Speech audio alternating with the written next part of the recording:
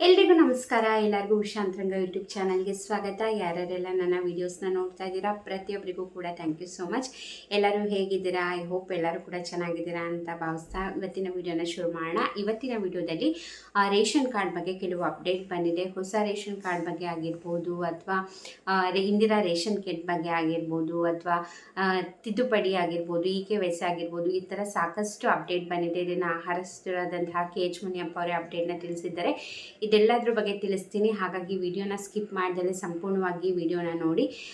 ಹಾಗೆ ನಿಮಗೆ ನನ್ನ ಚಾನಲಲ್ಲಿ ರಾಜ್ಯ ಸರ್ಕಾರದಿಂದ ಆಗಿರ್ಬೋದು, ಕೇಂದ್ರ ಸರ್ಕಾರದಿಂದ ಬರುವಂತಹ ಹೊಸ ಅಪ್ಡೇಟ್ಸ್ ಆಗಿರ್ಬೋದು, ಅಥವಾ ಹೊಸ ಯೋಜನೆ ಬಗ್ಗೆ ಮಾಹಿತಿ ಆಗಿರ್ಬೋದು, ಅಥವಾ ಪೋಸ್ಟ್ ಆಫೀಸ್ನ ಸ್ಕೀಮ್ಸ್ಗಳ ಬಗ್ಗೆ ಆಗಿರ್ಬೋದು, ಪ್ರತಿಯೊಂದನ್ನು ಕೂಡ ತಿಳಿಸಿದ್ದೀನಿ. ಹಿಂದಿನ ವಿಡಿಯೋದಲ್ಲೂ ಕೂಡ ಸಾಕಷ್ಟು ಪೋಸ್ಟ್ ಆಫೀಸ್ನ ಸ್ಕೀಮಲ್ಲಿ ಯಾವುದು long term investment, best term investment ಯಾವ್ದು ಮಾಡ್ಬೋದು, ನಿಮಗೆ ರೇಟ್ ಆಫ್ ಇಂಟ್ರೆಸ್ಟ್ ಎಷ್ಟಿದೆ, ಪ್ರತಿಯೊಂದನ್ನು ಕೂಡ ಹಿಂದಿನ ವಿಡಿಯೋದಲ್ಲಿ ನಾನು ಆಲ್ರೆಡಿ ತಿಳಿಸಿದ್ದೀನಿ. ನಿಮಗೆ ಇಂಟ್ರೆಸ್ಟ್ ಇತ್ತು ಪೋಸ್ಟ್ ಆಫೀಸಲ್ಲಿ ನೀವು ಕೂಡ ಇನ್ವೆಸ್ಟ್ ಮಾಡ್ಬೋದು ಅಂತಲೇ ಖಂಡಿತವಾಗಿ one of the best investment ಅನ್ಬೋದು. ಹೊರಗಡೆ ಶೇರ್ಸ್ಗಳಲ್ಲಿ ಅದಕ್ಕೆಲ್ಲ ಇನ್ವೆಸ್ಟ್ ಮಾಡೋಕ್ಕಿಂತ ಪೋಸ್ಟ್ ಆಫೀಸಲ್ಲೇ ಇದು ಸೆಂಟ್ರಲ್ ಗೌರ್ಮೆಂಟ್ ಅಂಡರಲ್ಲಿ ಬರೋದ್ರಿಂದ ನಿಮಗೆ ಸೇಫ್ ಆಗಿ, ಹಾಗೆ ರೇಟ್ ಆಫ್ ಇಂಟ್ರೆಸ್ಟು ಕೂಡ ಕಂಪೇರ್ ಮಾಡಿದ್ರೆ ಜಾಸ್ತಿ ಇರುತ್ತೆ. ಹಾಗೆ ಸೇಫ್ಟಿ ಪರ್ಪಸ್ಗೆ ಯಾವುದೇ ರೀತಿ ನಿಮಗೆ ಭಯ ಇಲ್ದಲೆ ಆರಾಮಾಗಿ ನೀವು ಪೋಸ್ಟ್ ಆಫೀಸ್ಗಳಲ್ಲಿ ಯಾವುದೇ ರೀತಿ ಭಯ ಅಥವಾ ಡೌಟ್ ಇಲ್ಲದಲೇ ಪೋಸ್ಟ್ ಆಫೀಸ್ ಸ್ಕೀಮ್ಸ್ಗಳಲ್ಲಿ ಇನ್ವೆಸ್ಟ್ ಮಾಡ್ಬೋದು. ಹಿಂದಿನ ವಿಡಿಯೋನ ಚೆಕ್ ಮಾಡಿ ನಿಮಗೆ ಡೀಟೇಲ್ ಆಗಿ ಇನ್ಫಾರ್ಮೇಷನ್ ಗೊತ್ತಾಗುತ್ತೆ. ಬನ್ನಿ ಇವತ್ತಿನ ವಿಡಿಯೋನ ಶುರು ಮಾಡೋಣ.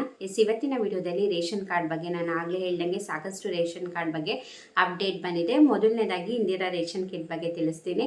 ನಾನು ಕೂಡ ನಿಮಗೆ ವಿಡಿಯೋ ಮಾಡಿ ತಿಳಿಸಿದ್ದೆ, ನಿಮಗೆ ಏಪ್ರಿಲ್ ತಿಂಗಳಿಂದ ರೇಷನ್ ಕಿಟ್ನ ಕೊಡ್ತಾರಂತೆ ಅಂತ.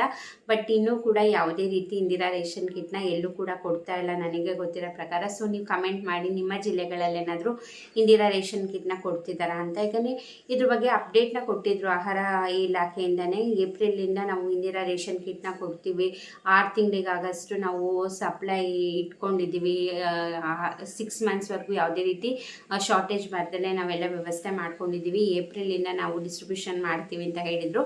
ಬಟ್ ಅನ್ಫಾರ್ಚುನೇಟ್ಲಿ ಇನ್ನೂ ಕೂಡ ಇಂದಿರಾ ರೇಷನ್ ಕಿಟ್ ಡಿಸ್ಟ್ರಿಬ್ಯೂಷನ್ ಮಾಡ್ತಾ ಇಲ್ಲ. ನಿಮ್ಮ ಊರುಗಳಲ್ಲಿ ಏನಾರ ಕೊಡ್ತಿದ್ದಾರಾ ಏನು ಅಂತ ತಿಳಿಸಿ. ಯಾಕಂದರೆ ಈಗ ಆಲ್ರೆಡಿ 10ನೇ ತಾರೀಕು. ಸೊ ಇದುವರೆಗೂ ಕೂಡ ಎಲ್ಲೂ ಏನೂ ಕೊಡ್ತಾ ಇಲ್ಲ. ಸೊ ಕಮೆಂಟ್ ಮಾಡಿ ನಿಮ್ಮೂರಲ್ಲಿ ಏನಾರು ಕೊಡ್ತಿದ್ದಾರಾ, ಅಥವಾ ಮಾಮೂಲಿ ಅಕ್ಕಿನೇ ತೊಗೊಳ್ತಾ ಇದ್ದೀರಾ ನೀವು ಅಂದ್ಬಿಟ್ಟು ಕಮೆಂಟಲ್ಲಿ ತಿಳಿಸೋದನ್ನ ಮರಿಬೇಡಿ. ಇದು ಇಂದಿರಾ ರೇಷನ್ ಕಿಟ್ ಬಗ್ಗೆ ಆಯಿತು. ನೆಕ್ಸ್ಟ್ ಹೇಳೋದಾದರೆ ರೇಷನ್ ಕಾರ್ಡ್ ತಿದ್ದುಪಡಿ. ನಿಮಗೂ ಕೂಡ ಗೊತ್ತಿದೆ, ಮಾರ್ಚ್ 31ನೇ ತಾರೀಕುವರೆಗೂ ರೇಷನ್ ಕಾರ್ಡ್ ತಿದ್ದುಪಡಿಗೆ ಅವಕಾಶ ಮಾಡಿಕೊಟ್ಟಿದ್ರು. ಆಮೇಲೆ ಕ್ಲೋಸ್ ಆಗಿಬಿಟ್ಟಿತ್ತು, ಯಾವುದೇ ಥರ ಇರಲಿಲ್ಲ. ಬಟ್ ಇವಾಗ ಮತ್ತೆ ಎಕ್ಸ್ಟೆಂಡ್ನ ಮಾಡಿದ್ದಾರೆ. ಈ ತಿಂಗಳು ಕೂಡ ಶುರುವಾಗಿದೆ. ಈಗ ಏನೇ ತಿದ್ದುಪಡಿ ಇದ್ದರೂ ನೀವೇನಾರ ಹೆಸರಲ್ಲಿ ಮಿಸ್ಟೇಕ್ ಆಗಿರ್ಬೋದು, ಇನ್ಶಿಯಲ್ ಚೇಂಜ್ ಮಾಡಿಸೋದಾಗಿರ್ಬೋದು, date of birth, phone number, address, ಹಾಗೆ ಡಿಪೋ ಅಡ್ರೆಸ್ ಏನಾರ ಚೇಂಜ್ ಮಾಡೋಂಗಿದ್ರೆ ಏನೇ ತಿದ್ದುಪಡಿ ಇದ್ದರೂ ಕೂಡ ನೀವು ಮಾಡಿಸ್ಕೋಬಹುದು. ನಿಮ್ಮದೇನೇ ರೇಷನ್ ಕಾರ್ಡ್ ತಿದ್ದುಪಡಿ ಇದ್ದರೂ ಕೂಡ ಗ್ರಾಮ 1, ಕರ್ನಾಟಕ 1 ಸೆಂಟರ್ಸ್ಗಳಲ್ಲಿ ಮಾಡಿಕೊಡ್ತಾರೆ. ಸೊ ಏನೇ ತಿದ್ದುಪಡಿ ಇದ್ದರೂ ಕೂಡ ಮಾಡಿಸ್ಕೊಳ್ಳಿ, ಪದೇ ಪದೇ ಕೊಡಲ್ಲ. ಯಾಕಂದರೆ ಮಾರ್ಚಲ್ಲಿ ಎಂಡ್ ಮಾಡಿಬಿಟ್ಟಿದ್ರು, ಈಗ ಮತ್ತೆ ಎಕ್ಸ್ಟೆಂಡ್ನ ಮಾಡಿದ್ದಾರೆ. ಸೊ ತಿದ್ದುಪಡಿ ಏನೇ ಇದ್ದರೂ ಕೂಡ ಮಾಡಿಸ್ಕೋಬೋದು. ಏನಾರ ಹೆಸರು ಹೊಸದಾಗಿ ಸೇರಿಸೋದಾಗಿರ್ಬೋದು, ತೆಗ್ಸೋದಾಗಿರ್ಬೋದು. ಸೊ ಹೆಸರು ಸೇರಿಸ್ಬೇಕಂದ್ರೆ ಬರ್ತ್ ಸರ್ಟಿಫಿಕೇಟ್ನ ತೊಗೊಂಡು ಹೋಗಬೇಕು. ತೆಗ್ಸೋದಾಗಿದ್ರೆ ತೀರ್ಕೊಂಡಿದ್ದಾರೆ ಅಂತ ಡೆತ್ ಸರ್ಟಿಫಿಕೇಟ್ನ ತೊಗೊಂಡೋಗಿ. ಸೊ ಏನೇ ತಿದ್ದುಪಡಿ ಇದ್ದರೂ ಕೂಡ ಮಾಡಿಸ್ಕೊಳ್ಳಿ. ಇನ್ನು KYCಗೂ ಕೂಡ ಅವಕಾಶ ಕೊಟ್ಟಿದ್ದಾರೆ. KYC ಅಂದರೆ ನಿಮ್ಮ ರೇಷನ್ ಕಾರ್ಡ್ಗೆ ನಿಮ್ಮ ಆಧಾರ್ ಕಾರ್ಡ್ನ ಲಿಂಕ್ ಮಾಡಿಸ್ಬೇಕು. ಮನೆ ಯಜಮಾನಿ ಅಥವಾ ಯಾರು ಯಜಮಾನ ಅಂತಿರ್ತಾರೋ ಅವ್ರದ್ದೊಂದೇ ಅಲ್ಲ, ನಿಮ್ಮ ರೇಷನ್ ಕಾರ್ಡಲ್ಲಿ ಎಷ್ಟು ಜನದ ಎಷ್ಟಿರುತ್ತೋ ಅಷ್ಟು ಜನದ್ದು ಕೂಡ KYC ಮಾಡಿಸಿರಲೇಬೇಕು. ನಿಮ್ಮ ರೇಷನ್ ಕಾರ್ಡ್ ಆಧಾರ್ ಕಾರ್ಡ್ನ ತೊಗೊಂಡೋದ್ರೆ ಮಾಡಿಕೊಡ್ತಾರೆ. ತಮ್ಮ ಇಂಪ್ರೆಷನ್ ತೊಗೊಂಡು ನೀವು ಇದನ್ನು ಮಾಡಿಸ್ಬೇಕಾಗಿರೋದು ರೇಷನ್ ಡಿಪೋಗಳಲ್ಲಿ ಹೋಗಿ ಮಾಡಿಕೊಡ್ತಾರೆ. ಇದನ್ನು ಕರ್ನಾಟಕ 1 ಗ್ರಾಮ 1ಅಲ್ಲಿ ಮಾಡಲ್ಲ. ಇಲ್ಲೇನಿದ್ರು ಕೂಡ ತಿದ್ದುಪಡಿ ಮಾಡೋದು. ನೀವು KYC ಮಾಡಿಸ್ಬೇಕಂತಂದರೆ ನೀವು ರೇಷನ್ ಡಿಪೋಗಳಿಗೇ ಹೋಗಬೇಕಾಗತ್ತೆ. ಇದಕ್ಕೂ ಕೂಡ ಈಗ ಅವಕಾಶ ಕೊಟ್ಟಿದ್ದಾರೆ. ಅದು ಕೂಡ ಮಾರ್ಚ್ 31ನೇ ತಾರೀಕು ಕ್ಲೋಸ್ ಆಗೋಗಿತ್ತು.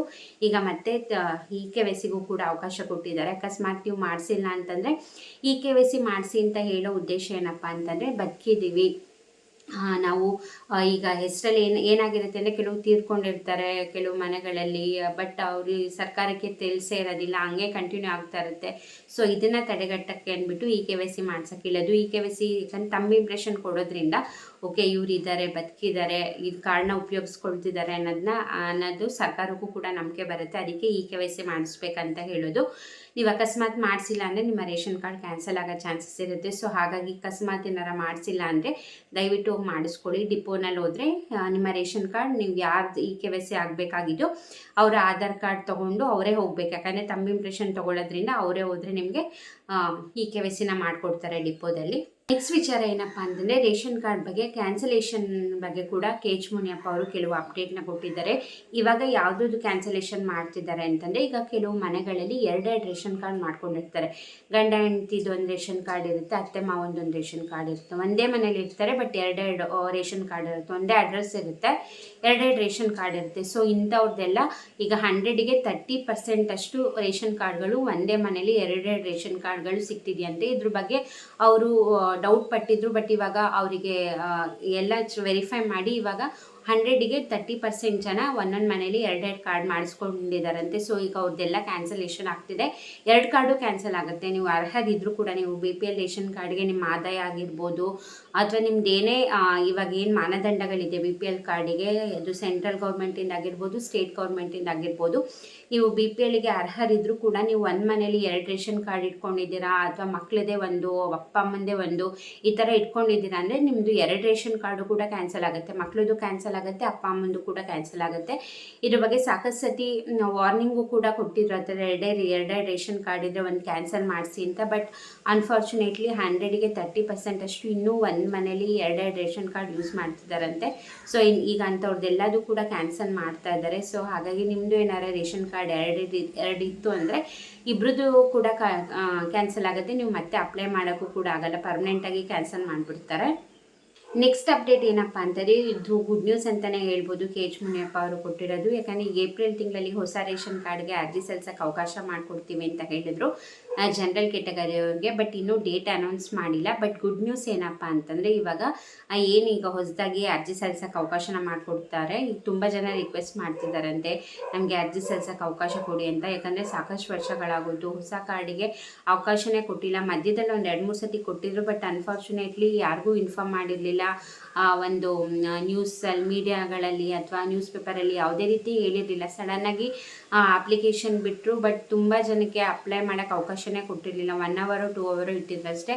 ಅದು ಕೂಡ ಅಷ್ಟು ಕಮ್ಮಿ ಟೈಮಲ್ಲಿ ಇಟ್ಟರೆ ಎಲ್ಲರೂ ಕೂಡ ಅಪ್ಲೈ ಮಾಡೋಕ್ಕೆ ಕಾಯ್ತಾ ಇರ್ತಾರೆ. ಸೊ ಆಬ್ವಿಯಸ್ಲಿ ಸರ್ವರ್ ಪ್ರಾಬ್ಲಮ್ ಬರುತ್ತೆ, ಯಾರಿಗೂ ಕೂಡ ಸರಿಯಾಗಿ ಅಪ್ಲೈ ಮಾಡೋಕ್ಕಾಗಲ್ಲ. ಹಾಗಾಗಿ ಏಪ್ರಿಲ್ ತಿಂಗಳಲ್ಲಿ ಅವಕಾಶ ಮಾಡಿಕೊಡ್ತೀವಿ ಅಂತ ಹೇಳಿದರು. ಬಟ್ ಇವಾಗ ಕ್ಯಾನ್ಸಲೇಷನ್ ಕೂಡ ಮಾಡ್ತಿರೋದ್ರಿಂದ ಎಲ್ಲ ಪ್ರಿಪೇರ್ ಮಾಡ್ಕೊತಾ ಇದ್ದೀವಿ. ಆದಷ್ಟು ಬೇಗ ಹೊಸ ರೇಷನ್ ಕಾರ್ಡ್ಗೆ ಅವಕಾಶ ಕೊಡ್ತಾರೆ. ಬಟ್ ಇನ್ನೊಂದು ಗುಡ್ ನ್ಯೂಸ್ ಆಗಲೇ ಹೇಳ್ದಂಗೆ ಏನಪ್ಪ ಅಂತಂದರೆ, ಈಗ ಹೊಸದಾಗಿ ಅರ್ಜಿ ಸಲ್ಲಿಸಿದ್ರೆ ನಿಮಗೆ 15 ದಿವಸದಲ್ಲಿ ವೆರಿಫೈ ಮಾಡಿ ರೇಷನ್ ಕಾರ್ಡ್ನ ಕೊಡ್ತೀವಿ ಅಂತ ಹೇಳ್ತಿದ್ದಾರೆ. ಈಗ ಮುಂಚೆ ಏನಪ್ಪ ಅಂತಂದರೆ ಹೆಲ್ತ್ ಎಮರ್ಜೆನ್ಸಿಗೆ ಆ ಥರ ಇತ್ತು. ಮುಂಚೆ ಹೇಗೆ ಅಂದರೆ ಹೆಲ್ತ್ ಎಮರ್ಜೆನ್ಸಿಗೋಸ್ಕರ ಯಾರೆಲ್ಲ ರೇಷನ್ ಕಾರ್ಡ್ಗೆ ಅಪ್ಲೈ ಮಾಡ್ತಿದ್ರಿ ಅಂಥವ್ರಿಗೆ 10ರಿಂದ 15 ದಿವಸದಲ್ಲಿ ರೇಷನ್ ಕಾರ್ಡ್ನ ವೆರಿಫೈ ಮಾಡಿ ಅಪ್ರೂವ್ ಮಾಡಿಕೊಡೋರು. ಇವಾಗ ಜನರಲ್ ಕ್ಯಾಟಗರಿಯವ್ರಿಗೆ ಅಂದರೆ ಈಗ ನೆಕ್ಸ್ಟು ಏನು ಅವಕಾಶ ಮಾಡಿಕೊಡ್ತಾರೆ ನಿಮಗೆಲ್ಲರಿಗೂ ಕೂಡ 15 ದಿವಸದಲ್ಲಿ ರೇಷನ್ ಕಾರ್ಡ್ ತಲುಪೋಕ್ಕೆ ವ್ಯವಸ್ಥೆ ಮಾಡ್ತಾಯಿದ್ದೀವಿ. ಸೊ ಈ ಒಂದು ಹೊಸ ಚೇಂಜಸ್ನ ನಾವು ಪ್ರಿಪೇರ್ ಆಗ್ತಾಯಿದ್ದೀವಿ, ಎಲ್ಲ ರೆಡಿ ಮಾಡ್ಕೊಡ್ತಿದ್ದೀವಿ. ಈ ಒಂದು ಹೊಸ ಚೇಂಜಸ್ನ ಜಾರಿಗೆ ತರೋಕ್ಕೆ 15 ದಿವಸದಲ್ಲಿ ಕೊಡ್ತೀವಿ ಅಂತ ಹೇಳ್ತಿದ್ದಾರೆ. ಮೇ ಬಿ 15 ದಿವಸ ಇಲ್ದಿದ್ರೆ 1 ತಿಂಗಳಲ್ಲಿ ಕೊಟ್ಟರೆ ಖಂಡಿತ ಎಲ್ಲರಿಗೂ ಕೂಡ ಖುಷಿ ಆಗುತ್ತೆ. ಯಾಕಂದರೆ ತಿಂಗಳಾನ್ಗಟ್ಲೆ ವರ್ಷಾನ್ಗಟ್ಲೆ ಕಾಯ್ತಾ ಇರ್ತೀರಾ, ರೇಷನ್ ಕಾರ್ಡ್ ಅಪ್ಲೈ ಮಾಡಿರ್ತೀರಾ, ವೆರಿಫೈ ಆಗಿರಲ್ಲ, ಅಪ್ರೂವ್ ಆಗಿರಲ್ಲ. ಸೊ ಈ ಒಂದು 15 ದಿವಸದಲ್ಲಿ ಅಂತ ಹೇಳ್ತಿದ್ದಾರೆ. ಅಟ್ಲೀಸ್ಟ್ 15 ದಿವಸ ಆಗಿಲ್ಲ ಅಂದರೆ 1 ತಿಂಗಳಲ್ಲೇ ಅಪ್ಲೈ ಮಾಡಿದವ್ರದ್ದು ವೆರಿಫೈ ಮಾಡಿ ಯಾರೆಲ್ಲ ಅರ್ಹರಿರ್ತಾರೆ ಅವ್ರದ್ದು ಅಪ್ಲೈ ಮಾಡಿಕೊಟ್ರೆ ಖಂಡಿತ ಖುಷಿ ಆಗುತ್ತೆ. ನೋಡೋಣ, ಆ ಥರ ಹೇಳಿದ್ದಾರೆ. ಈ ಥರ 15 ದಿವಸದಲ್ಲಿ ಕೊಡುವಂತಹ ವ್ಯವಸ್ಥೆ ಮಾಡ್ತಾರಾ ಏನು? ಸೊ ಇವಾಗ ಅದ್ರ ಬಗ್ಗೆನೇ ಪ್ರಿಪರೇಷನ್ ನಡೀತಾ ಇರೋದ್ರಿಂದ ಅತಿ ಶೀಘ್ರದಲ್ಲೇ ಹೊಸ ರೇಷನ್ ಕಾರ್ಡ್ಗೆ ಅರ್ಜಿ ಬಿಡ್ತೀವಿ ಅಂತ ಹೇಳಿದ್ದಾರೆ. ಯಾಕಂದರೆ 15 ಲಕ್ಷಕ್ಕೂ ಹೆಚ್ಚು ಜನದ್ದು ರೇಷನ್ ಕಾರ್ಡ್ಗಳು ಕ್ಯಾನ್ಸಲ್ ಆಗ್ತಾ ಇದೆ, ಇನ್ನೂ ಕೂಡ ಮಾಡ್ತಾ ಇದ್ದಾರೆ. ಸೊ ಈ ಥರ ಇಷ್ಟು ಜನದ ಕ್ಯಾನ್ಸಲ್ ಆಗಿರೋದ್ರಿಂದ ಹೊಸ ರೇಷನ್ ಕಾರ್ಡ್ಗೆ ಅವಕಾಶ ಕೊಡ್ತಾರೆ. ಸೊ ಈ ಥರ 15 ದಿವಸದಲ್ಲೇ ಕೊಡಬೇಕು ಅನ್ನೋದ್ರ ಬಗ್ಗೆ ಅವರು ವ್ಯವಸ್ಥೆ ಮಾಡ್ತಾ ಇರೋದ್ರಿಂದ ಅತಿ ಶೀಘ್ರದಲ್ಲೇ ಮಾಡ್ತೀವಿ, ಅಪ್ಲಿಕೇಶನ್ ಬಿಡ್ತೀವಿ. ಅದು ಜನರಲ್ ಕ್ಯಾಟಗರಿ ಅವ್ರಿಗೆ ಅಂತ ಹೇಳಿದ್ದಾರೆ. ಸೊ ಯಾರೆಲ್ಲ ಕಾಯ್ತಾ ಇದ್ದೀರಾ, ಇದು ಖಂಡಿತ ಗುಡ್ ನ್ಯೂಸ್. 15 ದಿವಸದಲ್ಲಿ ಕೊಟ್ಟರೆ ಖಂಡಿತ ಯಾರಿಗೂ ಖುಷಿ ಆಗಲ್ಲ ಹೇಳಿ, ಎಷ್ಟು ವರ್ಷಾನ್ಗಟ್ಲೆಯಿಂದ ಕಾಯ್ತಾ ಇದ್ದೀರಾ. ಸೊ ನಿಮಗೆಲ್ಲ ಇದು ಗುಡ್ ನ್ಯೂಸು. ಇದ್ರ ಬಗ್ಗೆ ಏನು ಅನಿಸುತ್ತೆ ಅಂತ ಕಮೆಂಟ್ ಮಾಡಿ. ನಿಜವಾಗ್ಲೂ 15 ದಿವಸದಲ್ಲಿ ಕೊಡ್ತಾರೆ, ಅಟ್ಲೀಸ್ಟ್ 1 ತಿಂಗಳಲ್ಲಾದರೂ ಕೊಟ್ಟರೆ ಎಲ್ಲರಿಗೂ ಕೂಡ ಖುಷಿ ಆಗುತ್ತೆ. ಸೊ ಈ ಒಂದು ಹೊಸ ಬದಲಾವಣೆ ಮಾಡ್ತಿರೋದ್ರ ಬಗ್ಗೆ ನಿಮ್ಮ ಅಭಿಪ್ರಾಯ ಏನು ಅಂತ ಕೂಡ ಕಮೆಂಟ್ ಮಾಡಿ. ಸೊ ಇವಾಗ ಇಂದಿರಾ ರೇಷನ್ ಕಿಟ್ಟು ಕೂಡ ಅಷ್ಟೇ ಏಪ್ರಿಲಿಂದ ಕೊಡ್ತೀವಿ ಅಂತ ಹೇಳಿದ್ರು. ಅದ್ರ ಬಗ್ಗೆ ಇವಾಗ ಸುದ್ದಿನೇ ಇಲ್ಲ. ನಿಮ್ಮೂರುಗಳಲ್ಲಿ ಏನಾರು ಕೊಡ್ತಿದ್ದಾರಾ ಕಮೆಂಟ್ ಮಾಡಿ. ಹಾಗೆ ರೇಷನ್ ಕಾರ್ಡ್ ತಿದ್ದುಪಡಿ ಕೂಡ ಮಾಡಿಕೊಡ್ತಾ ಇದ್ದಾರೆ ಗ್ರಾಮ ಒನ್ ಕರ್ನಾಟಕ ಒನ್ ಸೆಂಟರ್ಸ್ಗಳಲ್ಲಿ. ಯಾರಿಗೆಲ್ಲ ತಿದ್ದುಪಡಿ ಇದೆ, ಅಕಸ್ಮಾತ್ ನಿಮಗೆ ನೆಸಿಟಿ ಇಲ್ಲ ಅಂದರೆ ನಿಮ್ಮ ಫ್ರೆಂಡ್ಸ್ ಆ್ಯಂಡ್ ಫ್ಯಾಮಿಲಿ ಯಾರೇ ಇದ್ರೂ ಕೂಡ ಕೆಲವರಿಗೆ ಗೊತ್ತೇ ಇರಲ್ಲ ಪಾಪ ತಿದ್ದುಪಡಿ ಮಾಡಿಕೊಡ್ತಿದ್ದಾರೆ ಅಂತ. ಸೊ ಅಂಥವ್ರಿಗೆಲ್ಲ ಈ ವಿಡಿಯೋ ಲಿಂಕ್ನ ಶೇರ್ ಮಾಡಿ. ಹಾಗೆ KYC ಮಾಡಿಸಿಲ್ಲ ಅಂದರೆ ರೇಷನ್ ಡಿಪೋಗಳಿಗೆ ಹೋಗಿ KYC ಮಾಡಿಸ್ಕೊಳ್ಳಿ. ಸೊ ಇದಿಷ್ಟು ಈಗ ರೀಸೆಂಟಾಗಿ ನಮ್ಮ ಆಹಾರ ಸಚಿವರಾದಂತಹ KH ಮುನಿಯಪ್ಪ ಅವರು ಕೊಟ್ಟಿರುವಂತಹ ಅಪ್ಡೇಟ್ ಆಗಿರುತ್ತೆ ರೇಷನ್ ಕಾರ್ಡ್ ಬಗ್ಗೆ. ಸೊ ಐ ಹೋಪ್ ನಿಮಗೆ ಈ ವಿಡಿಯೋದಿಂದ ಮಾಹಿತಿ ಸಿಕ್ತು, ಇನ್ಫಾರ್ಮೇಷನ್ ಸಿಕ್ಕಿದೆ, ಹೆಲ್ಪ್ಫುಲ್ ಆಯಿತು ಅಂದ್ಕೊಂಡಿದ್ದೀನಿ. ಇದೇ ಥರ ಅಪ್ಡೇಟ್ಗೋಸ್ಕರ ಚಾನೆಲ್ನ ಸಬ್ಸ್ಕ್ರೈಬ್ ಮಾಡಿ. ಹಾಗೆ ಪ್ರಧಾನಮಂತ್ರಿ ಆವಾಸ್ ಯೋಜನೆ ಬಗ್ಗೆ ಕೂಡ ನಿಮಗೆ ತಿಳಿಸಿದ್ದೀನಿ. ವಿಡಿಯೋ ಮಾಡಿ ಹೇಗೆ ಅರ್ಜಿ ಸಲ್ಲಿಸೋದು, ಹೇಗೆ ಅದು ಅಪ್ಲಿಕೇಶನ್ ವರ್ಕ್ ಆಗುತ್ತೆ, ಹೇಗೆಲ್ಲ ಸೆಲೆಕ್ಷನ್ ನಡೆಯುತ್ತೆ ಅದ್ರ ಬಗ್ಗೆ ಕೂಡ ಡೀಟೇಲಾಗಿ ವಿಡಿಯೋ ಮಾಡಿದ್ದೀನಿ. ಹಿಂದಿನ ವಿಡಿಯೋನಲ್ಲಿ ಚೆಕ್ ಮಾಡಿ. ಹಾಗೆ ಆಗಲೇ ಇಲ್ದಂಗೆ ಪೋಸ್ಟ್ ಆಫೀಸ್ನ ಸ್ಕೀಮ್ ಬಗ್ಗೆ ಕೂಡ ಡೀಟೇಲಾಗಿ ತಿಳಿಸಿದ್ದೀನಿ. ಲಾಂಗ್ ಟರ್ಮ್ ಇನ್ವೆಸ್ಟ್ಮೆಂಟ್ ಯಾವ್ದ್ಯಾವ್ದಿದೆ ಸ್ಕೀಮು, ಶಾರ್ಟ್ ಟರ್ಮ್ ಇನ್ವೆಸ್ಟ್ಮೆಂಟ್ ಯಾವುದಿದೆ, ಯಾವುದು ಬೆಸ್ಟ್ ಸ್ಕೀಮು, ಸೊ ಇದ್ರ ಬಗ್ಗೆ ಎಲ್ಲ ಡೀಟೇಲಾಗಿ ತಿಳಿಸಿದ್ದೀನಿ. ಸೊ ಆ ವಿಡಿಯೋಸ್ನ ಕೂಡ ಚೆಕ್ ಮಾಡೋದನ್ನ ಮರಿಬೇಡಿ. ಈ ವಿಡಿಯೋ ಇಷ್ಟ ಆದರೆ ಲೈಕ್ ಮಾಡಿ. ಹಾಗೆ ನಿಮ್ಮ ಅನಿಸಿಕೆ ಅಭಿಪ್ರಾಯನ ಕಮೆಂಟ್ ಸೆಕ್ಷನಲ್ಲಿ ತಿಳಿಸೋದನ್ನ ಮರಿಬೇಡಿ.